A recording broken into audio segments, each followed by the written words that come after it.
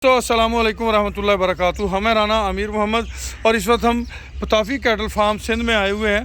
यहाँ पे माशाल्लाह मुख्तलिफ़ ब्रीड्स पे काम किया जा रहा है, जिसके अंदर गिर मौजूद है, जिसके अंदर हैरीफोर्ड मौजूद हैं, जिसके अंदर जो हमारी कंक्रीज़ है वो मौजूद है, चोलस्तानी मौजूद हैं, गुलाबी मौजूद हैं।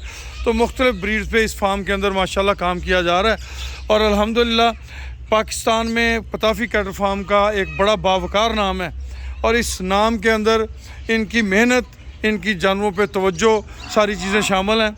और अल्हम्दुलिल्लाह इन्होंने ट्रायल बेसिस पे जो अपने ब्रीडिंग बुल्स हैं उनके लिए तरक्की वंडा मंगवाया था और अल्हम्दुलिल्लाह उसके रिज़ल्ट से बहुत ज़्यादा मुतमिन है। अल्हम्दुलिल्लाह सुम्मा अल्हम्दुलिल्लाह।